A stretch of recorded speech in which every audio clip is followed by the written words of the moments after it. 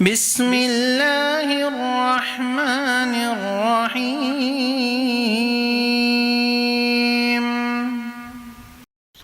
السلام علیکم ورحمۃ اللہ وبرکاتہ۔ الحمد للہ رب العالمین والصلاة والسلام علی سید الانبیاء وافضل المرسلین نبینا محمد وعلی آلہ وصحبہ وسلم اجمعین۔ حضرات، آج ہم ایک بہت ہی مبارک محفل میں جمع ہیں جس میں ہم پر اللہ کی سب سے بڑی نعمت دیکھنے کی نعمت نہیں، بولنے کی نعمت نہیں، عقل کی نعمت نہیں، ایک کھانے پینے کی نعمت نہیں، یہ سورج چاند ندی نالوں کی نعمت نہیں، بلکہ اس سب سے بڑی نعمت نبی کریم صلی اللہ علیہ وسلم، جو اللہ کا ہم پر سب سے بڑا انعام۔ ہمارا کلمہ مکمل نہیں ہوتا ہے، لا الہ الا اللہ محمد الرسول اللہ، قیامت تک نبی کریم صلی اللہ علیہ وسلم کی رسالت کے مطابق، ان کی سنت کے مطابق عمل قبول کیے جائیں گے۔ اگر ذرہ کوئی عمل بہت بڑا اچھا عمل ہے، کعبۃ اللہ کے پاس ہے، لیلۃ القدر میں ہے، لیکن اگر سنت کے مطابق نہیں ہے تو اللہ کے پاس اس عمل کی کوئی حیثیت نہیں ہے۔ لیکن یہ کہتا ہے کہ جتنے احادیث ہیں یہ صرف کیا ہے؟ تاریخ ہے۔ اور پھر اس نے الیوم اکملت لکم دینکم، قرآن میں ایک آیت ہے، دین سے مراد یہ کہ قرآن حدیث دونوں ملا کر، لیکن یہ کہتا ہے کہ اب قرآن مکمل ہو گیا، اب ہمیں حدیث کی ضرورت نہیں ہے۔ اسلم جیراج پوری نے سر سید احمد خان کی طرف سے اٹھائے گئے ایسے مسائل جو انکار حدیث سے وابستہ ہے، اس میں موافقت کی، ان کے طریقے پر چلا۔ اسلم جیراج پوری نے بعض ایسے مسائل کا بھی انکار کیا جن کے اشارات قرآن میں ملتے تھے مگر ان کی وضاحت احادیث میں مذکور تھی اور وہ متفقہ طور پر مسلمانوں نے تسلیم کیے جاتے تھے۔ جیسے اس نے انکار کیا عذاب قبر کا، اطاعت والدین کی نفی کا، کہ بلکہ یہ سب چیزیں ضروری نہیں ہیں۔ اسلم جیراج پوری حضرت عمر کے قول حسبنا کتاب اللہ سے بھی انکار حدیث کی اپنی گمراہی کے لیے دلیل لیتا تھا۔ حضرت عمر نے مردہ کہا تھا حسبنا کتاب اللہ، اللہ کی کتاب ہمارے لیے کافی ہے، لیکن تاریخ گواہ ہے کہ جب حضرت عمر نے کہا تھا حسبنا کتاب اللہ، اللہ کی کتاب ہمارے لیے کافی ہے، اس سے ان کی مراد صرف قرآن نہیں تھی، کیونکہ صحابہ کتاب اللہ کو حدیث کے بغیر دیکھتے نہیں تھے۔ ان کا بولنے کا مقصد تھا کہ یہ جو شریعت کا، اسلام کا جو قانون ہے ہمیں کافی ہے، ہمیں اور کسی چیز کی ضرورت نہیں ہے۔ لیکن یہ وہ لوگ جن کے دل میں شیطان چور بیٹھا ہے، جن کو گمراہ ہونا ہے، وہ صحابہ کا کچھ جملہ لیتے ہیں، اپنا غلط استدلال کرتے ہیں۔ یہ اسلم جیراج پوری کے بعد جو ایک مشہور نام آتا ہے حدیث کے انکار کا، ابو الاعلیٰ مودودی صاحب۔ آپ چونکے ہوں گے یا پھر پریشان ہو رہے ہوں گے، لیکن دلائل اتنے واضح ہیں۔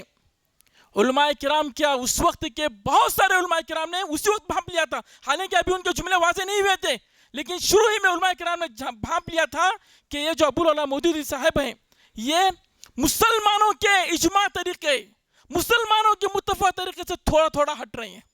اور بعد میں جا کے تصویر واضح ہوئی۔ ابو الاعلیٰ مودودی صاحب نے حدیث کی اہمیت کو گھٹانے کے لیے دو شبہات پیش کیے۔ پہلا شبہ اسماء الرجال کی حیثیت سے، اسماء الرجال، الحمدللہ یہ جو اسماء الرجال ہیں جو تقریباً 5 لاکھ کی تعداد جن کی ہے، جو حدیث میں سند ہوتی ہے امام بخاری رحمۃ اللہ علیہ کی، جیسے امام بخاری سے حدیث شروع ہوتی ہے نبی کریم صلی اللہ علیہ وسلم کے ساتھ، کسی سند میں 4 راوی، کسی سند میں 3 راوی، کسی سند میں 5، کسی سند میں 7۔ آپ جوڑ لیجئے حدیث بخاری کے روایت، بخاری کے جتنے راوی ہیں، مسلم کے جتنے راوی ہیں، کتب ستہ کے جتنے راوی ہیں، پورے احادیث 5 لاکھ راوی بنتے ہیں۔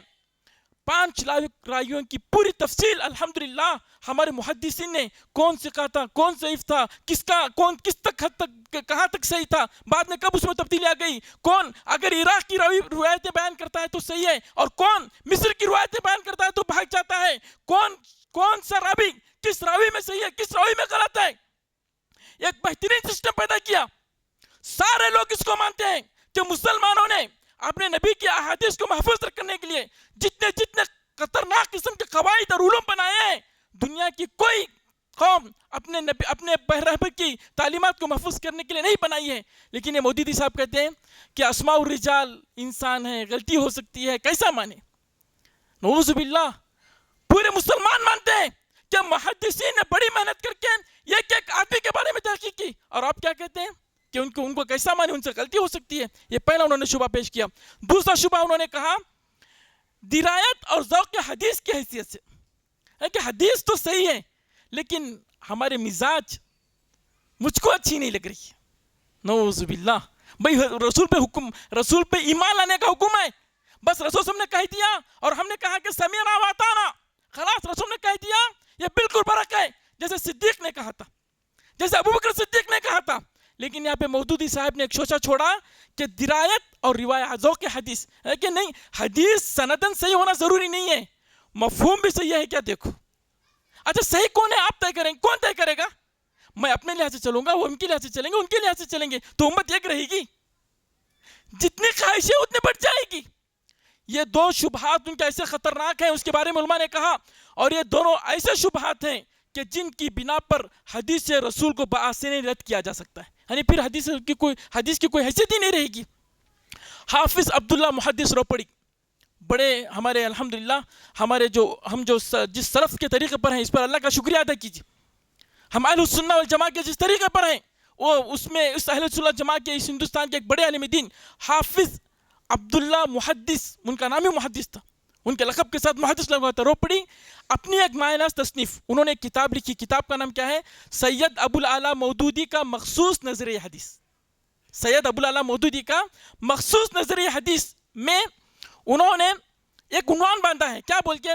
مولانا مودودی اور انکار حدیث. یہ ایک عنوان ہی باندھا ہے. اس سے پہلے میں ایک جملہ سنانا چاہتا ہوں مولانا مودودی صاحب کا, کیونکہ اس کسی کو اعتراض ہو سکتا ہے کہ آپ اتنے بڑے عالم کو کیسا کیا ہے مشککین فی الحدیث میں شمار کر رہے ہیں کہ حدیث کا ان کے استخفاف کیا جاتا تھا. ان کا جملہ سنیے, کہتے ہیں جملہ انہوں نے کہاں لکھا ہے جملہ یہ ترجمان القرآن, ان کا اپنا ایک یہ تھا پرچہ تھا جس کو ماہنامہ نکالتے تھے. ماہ میں 1955 مئی کے مہینے کا 1955 سال کا مئی کے مہینے کا یہ ترجمان ہے. صفحہ نمبر 63 پہ مودودی صاحب کہتے ہیں ایک گروہ روایت پرستی میں غلو کر کے اس حد تک پہنچ جاتا ہے کہ اسے بخاری اور مسلم کے چند راویوں کی صداقت زیادہ عزیز ہے اور اس بات کی پرواہ نہیں کہ اس سے ایک نبی پر جھوٹ کا الزام عائد ہوتا ہے. کہتے ہیں یعنی یہ سند کی اہمیت کو گھٹا رہے ہیں. آگے کہتے ہیں اور نہ فن حدیث کے نقطۂ نظر سے کسی حدیث کی سند کا مضبوط ہونا اس بات کا مستلزم ہے کہ اس کا متن کتنا ہی قابل اعتراض ہو مگر اسے ضرور آنکھیں بند کر کے مان لیا جائے, کیونکہ سند کے قوی اور قابل اعتماد ہونے کے باوجود بھی اسباب ایسے ہوتے ہیں کہ جن کی وجہ سے ایک متن غلط صورت میں نقل ہو جاتا ہے اور ایسے مضامین پر مشتمل ہوتا ہے کہ جن کی قباحت خود پکار رہی ہوتی ہے کہ یہ باتیں نبی کریم صلی اللہ علیہ وسلم کی فرمائی نہیں ہو سکتی. یعنی کہہ رہے ہیں کہ حدیث سندن صحیح ہو سکتی لیکن متن ہم کو اچھا نہیں لگتا ہے, خود بتا رہا ہے کہ نبی صلی اللہ علیہ وسلم کا نہیں ہے. ایسا بولے تو معاملہ بہت خطرناک ہو جائے گا. ہر کوئی آدمی اپنی اپنی خواہشیں کہے گا کہ مجھ کو اچھی نہیں لگ رہی ہے, رسول کی حدیث نہیں. کیسا اصول ہے یہ اصول بالکل غلط ہے. انہوں نے کہا کہ یہ باتیں اس لیے سند کے ساتھ متن کو دیکھنا بھی ضروری ہے, اور اگر متن میں واقعی کوئی قباحت ہو تو پھر اس کی صحت میں خامخواہ اصرار کرنا صحیح نہیں ہے. یعنی محدثین کو تانا دے رہے ہیں. پھر فرماتے ہیں کیا یہ معقول بات ہے کہ جس حدیث کا متن ایسی باتوں پر مشتمل ہو اس کو ہم نبی کریم کی طرف منسوب کرنے پر صرف اس لیے اصرار کریں کہ اس کی سند مجروح نہیں؟ عبارت دیکھنے میں تو جیسے رسول صلی اللہ علیہ وسلم کی عصمت کی حفاظت, عبارت دیکھنے میں تو ایسی لگ رہی ہے کہ یہ نبی کریم صلی اللہ علیہ وسلم کا مقام اونچا کرنا چاہ رہے ہیں, رسول کی عزت کا دفاع کرنا چاہ رہے ہیں, لیکن در پردہ اپنے ذوق کے مطابق احادیث کو رد کرنے کا چور دروازہ کھولا جا رہا ہے. اب ہر کوئی اپنے اپنے ذوق کے مزاج کے مطابق حدیث کا انکار کرتا چلا جائے گا. انکار حدیث والی اس تحریر پر جو میں نے کہا تھا عبداللہ محدث صاحب روپڑی, وہ کہتے ہیں کہ مودودی صاحب نے جس انداز سے بحث کی ہے یہ منکرین حدیث کا انداز ہے, کیونکہ یہ کہہ رہے ہیں کہ ذوق سے مزاج سے صحیح حدیث کی تردید ہو سکتی ہے. محدث روپڑی پھر کہتے ہیں مودودی صاحب کا صرف یہی گمراہ کن اصول نہیں ہے بلکہ دین سے متعلق ان کا قریباً سارا سلسلہ ہی گمراہ کن ہے. احادیث کو آپس میں اور قرآن و شریف کے ساتھ ٹکرانا اور ان میں اختلاف پیدا کر کے ان کی قدر گرانا اور پھر ان کی تردید کرنا یہ ان کی عام عادت ہے. اس کے علاوہ حجامت اور لباس کے متعلق جو احادیث آئی ہیں ان کے متعلق محدثین پر سخت حملہ کیا ہے. یعنی مودودی صاحب نے محدثین پر حملہ کیا ہے کہ ان کے محدثین نے ان احادیث کا صحیح مفہوم نہیں سمجھ سکے. لباس وضاقتہ شریعت میں داخل نہیں. مودودی صاحب کہہ رہے ہیں کہ لباس وغیرہ کیسا ہونا چاہیے، کہتے ہیں شریعت میں داخل نہیں بلکہ عادات کی قسم سے ہے، جو اپنے اپنے کلچر کے حساب سب کچھ پہنو، اس میں کوئی قید نہیں ہے۔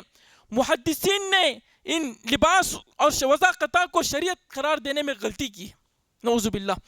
ایسے ہی دجال وغیرہ، پھر عبداللہ صاحب روپڑی کہہ رہے ہیں مودودی صاحب کے بارے میں، ایسے ہی دجال وغیرہ کی احادیث میں رسول اللہ صلی اللہ علیہ وسلم کو غلطی پر کہتے ہیں، یعنی مودودی صاحب کہہ رہے ہیں کہ نبی صلی اللہ علیہ وسلم غلطی پر ہے دجال وغیرہ کے معاملے میں۔ کیا کہتے ہیں کہ آپ صلی اللہ علیہ وسلم معاذ اللہ دجال کو نہیں سمجھے۔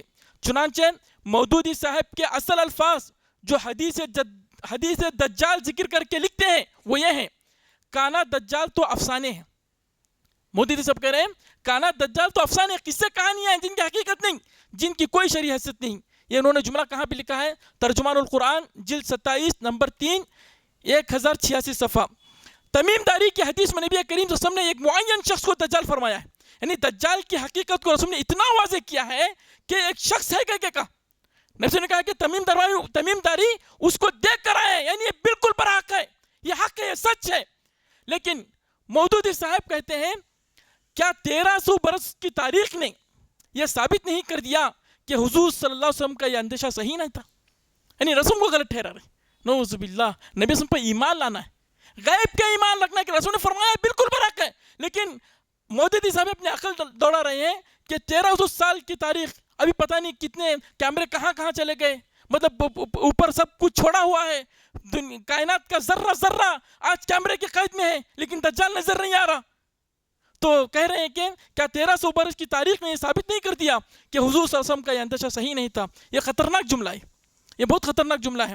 یہ نبی کریم صلی اللہ علیہ وسلم کی دجال کی بابت اتنی ساری حدیث کے باوجود مودودی صاحب کہتے ہیں، ان کا اور ایک جملہ دیکھیے، دراصل یہ سب آپ کے قیاسات ہیں، نعوذ باللہ، یعنی بس رسول صلی اللہ علیہ وسلم یہ ہو سکتا ہے کر کے بول رہے ہیں، دراصل آپ سب کے قیاسات ہیں جن کے بارے میں آپ صلی اللہ علیہ وسلم خود شک میں تھے۔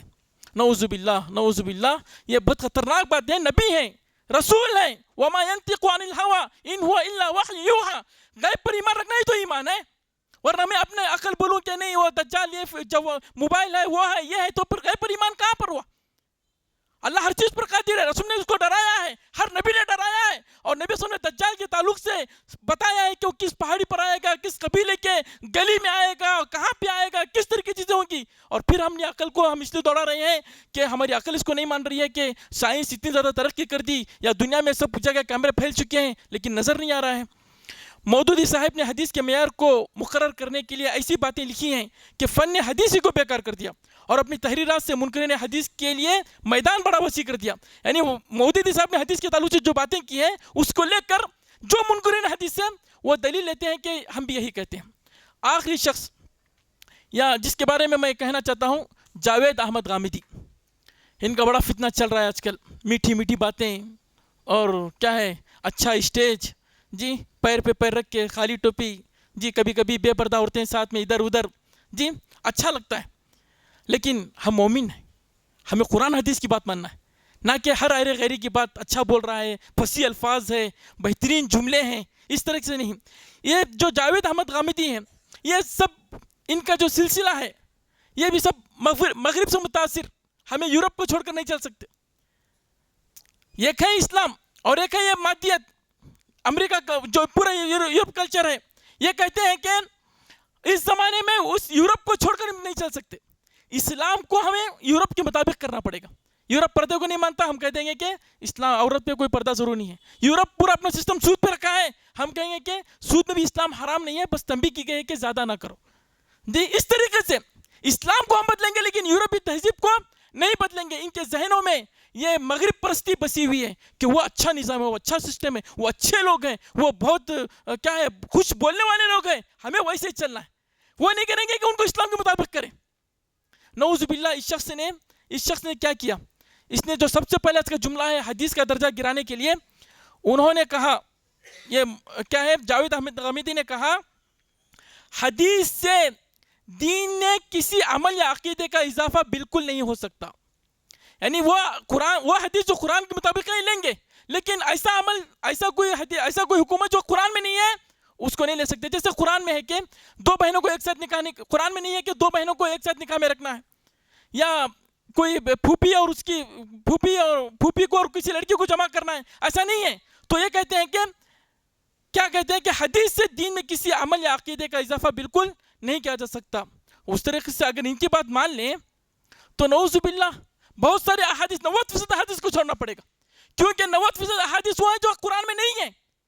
ہمارا شروع سے علماء کرام نے عقیدہ بیان کیا ہے کہ حدیث چاہے قرآن کی شرح میں آئی ہو یا ایک کہ خود ابتدائی ہو, خود ایسا مستقل حکم ہو, وہ دونوں حجت ہیں, دونوں میں کوئی فرق نہیں ہے. اور یہ کہتے ہیں کہ حدیث دین میں کسی عمل یا عقیدے کا اضافہ بالکل نہیں ہو سکتا. تو پھر اس نے کیا کہا کہ سنتوں کی تعداد صرف 27 ہے, صرف 27. باقی یہ داڑھی, یہ کپڑے, اور پھر یہ تجارت میں ایسا ہو, اور پھر گھر کا ماحول ایسا ہو, یہ سب سنتیں نہیں ہیں. یہ کیا کہتا ہے, یہ پہلی چیز تھی. دوسری چیز یہ کہتا ہے یہود و نصارہ کے لیے نبی کریم صلی اللہ علیہ وسلم پر ایمان لانا ضروری نہیں, اس کے بغیر بھی ان کی بخشش ہو جائے گی. یہ بھی بڑی گمراہی ہے, بڑی گمراہی ہے. جبکہ نبی صلی اللہ علیہ وسلم نے کہا تھا کہ لا يسمع بی یہودی ولا نصرانی, کوئی بھی یہودی کوئی بھی نصرانی اس کا موسیٰ پر عیسیٰ پر ایمان اس وقت تک مکمل ہی نہیں ہو سکتا جب تک کہ مجھ پر ایمان نہ لائے. وہ جہنم میں جائے گا اور مجھ پر ایمان نہیں لایا ہے. یہ کیا کہتا ہے پھر, یہ کہتا ہے کہ کسی سنت کے ثبوت کے لیے میرے نزدیک یہ ضروری ہے کہ وہ صحابہ کرام اور ان کے بعد امت کے اجماع اور عملی تواتر سے ثابت ہو. یعنی صرف حدیث سے بول کے کافی نہیں, بلکہ صحابہ کرام اس کے بعد امت کے اجماع اور عملی تواتر سے ثابت ہو. اور جو سنت نبوی یا حدیث رسول اجماع اور تواتر کے ذریعے ہم تک نہیں پہنچی وہ میرے نزدیک ثابت شدہ سنت نہیں ہے. یہ جملہ بھی بڑا خطرناک ہے. ایسا کوئی مطلب ایسے اکثر اعمال سے نہیں ہے کہ پوری طریقے سے عملی تواتر سے آئے ہیں. بہت سارے لوگ حدیث پہ عمل نہیں کرنا چاہتے, بہت سارے لوگ چاہتے بھی عمل نہیں کرنا چاہتے تھے, سونے کے تعلق سے ہو, چاہے کپڑے پہننے کے تعلق سے ہو, بہت سارے لوگ کھانے پینے کے تعلق سے ہو. تو کیا یہ بول کے رد کر دیں گے کہ حدیث تو ہے لیکن عمل نہیں ہے, عمل نہیں کریں گے؟ یہ بہت بڑا فتنہ ہے. اس طریقے سے بھی بہت سارے حدیث ایسے ہی چھٹ جائیں گے. اس کا سب سے بڑا فتنہ, حدیث کے مقام کو گرانے کے لیے غامدی کا سب سے بڑا فتنہ کیا ہے؟ حدیث اور سنت کا فرق. اس نے کہا کہ حدیث الگ اور سنت الگ, حالانکہ ہمارے محدثین شروع زمانے سے دونوں کو ایک ہی کہتے, دونوں کو ایک ہی کہتے. اس نے کہا کہ حدیث الگ سنت الگ. یہ بہت ہی خطرناک مسئلہ ہے. یہ فقہ میں بھی جائیں گے تو اس میں مسئلہ ہوتا ہے, لیکن اس نے جس لحاظ سے فرق کیا ہے, کیا فرق ہے یہ حدیث اور سنت کا فرق؟ اس نے کس کو کہا؟ وہ کہتا ہے کہ سنت سے ہماری مراد روایت ابراہیمی, یعنی وہ کام جو ابراہیم علیہ السلام کے زمانے سے چلے آ رہے ہیں. سنت سے ہماری مراد دین ابراہیمی کی وہ روایت ہے جس نے نبی کریم صلی اللہ علیہ وسلم نے اس کی تجدید و اصلاح کے بعد اور اس میں بعض اضافوں کے ساتھ اپنے ماننے والوں میں دین کی حیثیت سے جاری فرمایا ہے. قرآن میں اس کا حکم آپ کے لیے اس طرح بیان ہوا ہے, ثم اوحینا الیک ان اتبع ملت ابراہیم حنیفا وما کان من المشرکین. حضرات یہ جو اس نے بیان کیا یہ سنت اور حدیث کا فرق, وہ کہ حدیث جو صرف نے فرمایا, سنت وہ جو ابراہیم علیہ السلام کے زمانے سے چلی رہی ہے اور ہمیں سنت کے متبع ہیں, حدیث ہم پر ضروری نہیں ہے. یہ حدیث یہ اس کا یہ کہنا یہ جیسے اس نے پوری امت مسلمہ سے الگ ہو گیا, کیونکہ پوری امت مسلمہ میں کبھی کسی نے اتنا فرق نہیں کیا. حدیث اور سنت میں فرق کرتے ہیں لوگ دوسرے لحاظ سے, لیکن وہ کبھی عمل کی دائرے سے باہر نہیں نکلتے. لیکن یہ کہتا ہے کہ سنت سے مراد سنت ابراہیمی, وہ کام جو ابراہیم علیہ السلام کے زمانے سے چلے آ رہے ہیں وہی ہمارے دین کا حصہ ہے, وہی اسی کا ہمیں حکم ہوا ہے. اگر غامدی کی یہ بات مان لیں تو یہ غامدی کا یہ جو اس نے جو سنت کی جو تفسیر کی ہے کہ سنت ابراہیمی ابراہیم علیہ السلام کے زمانے سے چلے آ رہے ہیں وہی ہمارے دین کا حصہ ہے, اگر ہمیں مانتے ہیں تو یہ کیا ہے؟ دین کی اصطلاحات کے مسلمہ معانی اور مفاہیم کو بدلنے کی ناکام کوشش ہے, جس کو غلام پرویز نے شروع کیا تھا. وہ لوگ اپنے اپنے لحاظ سے پردہ ہو, سود ہو اور دوسری چیزیں ہو اپنے اپنے لحاظ سے سمجھتے تھے, یہ بھی دین کو اپنے لحاظ سے سمجھنے کی کوشش کر رہا ہے. دینی اصطلاحات کے مسلمہ اور طے شدہ معانی مفاہیم میں رد و بدل الحاد و زندقہ کے دروازے کھولتا ہے. اس لیے کہ جب ہم نے سوچا کہ شریعت کو ہم اپنے لحاظ سے سمجھنا ہے تو ہر انسان اپنے لحاظ سے سمجھے گا, ہر پھر اپنا ایک فرقہ لے کے کھڑا ہو جائے گا. پھر جو قرآن جو کہتا ہے کہ سارے طریقے چھوڑ کے رسول کے طریقے پر کو, سارے طریقے چھوڑ کے رسول کے طریقے پر آؤ, ولا تتبعوا السبل, الگ الگ راستوں پہ نہ جاؤ, رسول کے ایک طریقے پر ہو, کہاں سے ہوگا؟ یہ کیا کہتا ہے کہ اپنی مرضی سے شرح کرو, جیسے کہ اس نے اپنی شرح سنت کی بیان کی. ملت کو روایات میں لینا معنوی تحریف ہے. اس نے جو وَنِتَّبِعْ مِلَّةَ ابراہیم، اللہ نے نبی کو کہا کہ ملت ابراہیم کی پر چلو. یہ کیا کہتا ہے؟ ملت ابراہیم سے مراد ان کا کوئی خاص طریقہ وغیرہ نہیں، بلکہ روایت جیسے طریقہ جو طریقے ان کے زمانے سے چلے آ رہے ہیں اس پہ چلو. اس طرح سے تو ہر کوئی اپنا اپنا مطلب نکالتا رہے کہ میرے پاس صلاۃ سے مراد موسوی روایت ہے، زکوٰۃ سے مراد داؤدی روایت ہے. یعنی کوئی کہے کہ زکوٰۃ سے مراد یہ جو خاص اسلام کا جو معنی ہے نا کہ آدمی اپنے مال میں سے زکوٰۃ نکالے، مراد وہ نہیں ہے، بلکہ داؤد علیہ السلام کا کوئی عمل ہے. جیسے اس سنت سے مراد کیا لے رہا ہے؟ جو ابراہیم علیہ السلام کا طریقہ. اب کوئی دوسرا شخص آ کے کہے کہ صلاۃ سے مراد موسوی روایت، زکوٰۃ سے مراد داؤدی روایت، تو دین چوں چوں کا مربع ہو جائے گا اور امت گمراہی کے دلدل میں پھنستی چلی جائے گی. یہ بہت بڑے فتنے ہیں، یہ بہت بڑے فتنے. ان کے تعلق سے اور بھی کچھ باتیں ہیں، لیکن دیکھیے ایک بات غامدی کے تعلق سے بارے میں بتا دیتا ہوں. غامدی کے دین کی بنیادی اصطلاحات کی تشکیل نو، یعنی یہ کیا کر رہا ہے؟ دین کے جو الگ الگ جو خاص صوم، صلاۃ، پردہ اور یہ تجارت اور سود جو خاص ہمارے شرعی اصطلاحات ہیں، اس کا اپنا معنی بیان کر رہا ہے. ان کا نیا مفہوم ایجاد کرنے سے امت کے 1400 سالہ علمی ماضی کے خلاف بے اعتقادی کی فضا پیدا ہو رہی ہے، جس سے نئی نسل گمراہ ہونے کا اندیشہ ہے. ان کے علاوہ جو منکرین حدیث میں سے ایک شخص ہے انجینئر علی مرزا، یہ واضح تو انکار نہیں کرتا، لیکن یہ کہتا ہے کہ حدیث کو سمجھنے کے لیے کسی استاد یا اصول فقہ کی ضرورت نہیں. محدثین نے کیا لکھا، ہمارے بڑے علماء نے کیا کہا تھا، ہمارے اماموں نے اس کا کیا جملہ بیان کیا، وہ ضرورت نہیں. حدیث کو سمجھنے کے لیے کسی استاد یا اصول فقہ کی ضرورت نہیں، بلکہ کوئی بھی شخص ترجمہ پڑھ کر فتویٰ اخذ کر سکتا ہے. ہر کوئی کرتا رہے گا تو کیا ہو گئے؟ یہ رویہ علمی انارکی کو جنم دے رہا ہے. ہر نوجوان پڑھ رہا ہے، میری مراد یہ ہے، میں یہ سمجھ رہا ہوں، چلو عمل کرو، اس کو حلال کرا ہے، اس کو جائز قرار دے رہا ہے. وحید الدین خان، ان کا منہج تعبیر جدیدیت اور سائنسی توجیہات سے اتنا متاثر ہے کہ وہ کئی مقامات پر احادیث کے ظاہر کو رد کر دیتے ہیں. ان کا رویہ حدیث کو رد کرنے کے بجائے اسے غیر مؤثر کرنے کی کوشش تھی. ایسی احادیث جو جدید ذہن یا سائنسی مسلمات، کیونکہ وحید الدین خان صاحب سائنس پہ بہت زیادہ زور دیتے ہیں کہ دین کو سائنس کی لحاظ سے سمجھو، یہی ایمان ہے. وہ کہتے ہیں کہ یہی یقین ہے، سائنس کے ذریعے سمجھو گے تو اللہ کو زیادہ سمجھو گے. حالانکہ ہم ایمان کی بات کہتے ہیں، ہم یقین کی بات کہتے ہیں، لیکن یہ کہتے ہیں کہ سائنس کو جتنا سمجھو گے اللہ اتنا زیادہ سمجھ میں آئے گا. ایسی احادیث جو جدید ذہن اور سائنسی مسلمات سے بظاہر ٹکراتی تھیں، جیسے دجال کے خروج یا جنگی احکام و احادیث، ان کی علامتی تشریح کرتے تھے. حضرات یہ کچھ باتیں تھیں جو میں کہنا چاہ رہا تھا. یہ منکرین احادیث وغیرہ کے تعلق سے آخری پیغام یہ ہے کہ الحمدللہ اللہ نے ہم کو اہل السنہ والجماعت سے بنایا. ہمارا تعلق سنت سے مراد نبی کریم صلی اللہ علیہ وسلم کا وہ طریقہ جس پہ نبی کریم صلی اللہ علیہ وسلم نے صحابہ اور تابعین کو گمراہ ہی پیدا ہونے سے پہلے چھوڑا تھا. گمراہیاں شروع ہوئی تقریباً دوسری صدی کے آخر سے، چاہے تقدیر کے بارے میں گمراہی یا عمل کے بارے میں کہ عمل اسلام کا حصہ ہے یا نہیں ہے، یا اللہ کے اسماء و صفات کے بارے میں. اس طرح کی گمراہی آنے سے پہلے جو ایک صاف شفاف دین تھا صحابہ کرام کا، تابعین کا، وہ دین، اور جماعت سے مراد صحابہ کا دین. صحابہ جیسے نبی وسلم کے حکم کے ہر حکم کو دل و جان بغیر سوچے سمجھے بس اسم نے کیا مجھے کرنا ہے، جیسے آج اپنے پہلی تقریر میں سنا تھا، وہ طریقہ اہل السنہ والجماعت کا، اس کو ہمیں لازم پکڑنا ہے. یہ لوگ ایسے آئیں گے دانشور لوگ، مفکر لوگ، جو پتہ نہیں انگریزوں کو پڑھ کر یا یورپ کنٹریز وغیرہ کے جس طرح سے وہ دنیا سمجھنا چاہتے ہیں اس طرح سے سمجھ کر دین کو ڈھالنے کی کوشش کریں گے. اس کی وجہ سے اہل السنہ والجماعت سے دور ہوتے جائیں گے. اللہ رب العالمین سے دعا ہے کہ اللہ رب العالمین ہمیں ہر طرح کی گمراہی سے بچائے، ہمیں سنت پر قائم رکھیے. اللہ ہمیں وہ ایمان نصیب فرمائے جو جیسا وہ چاہتا ہے اور جو نبی کریم صلی اللہ علیہ وسلم صحابہ کرام اور تابعین کے جیسا تھا. سبحان ربک رب العزت عما یصفون وسلام علی المرسلین والحمد للہ رب العالمین.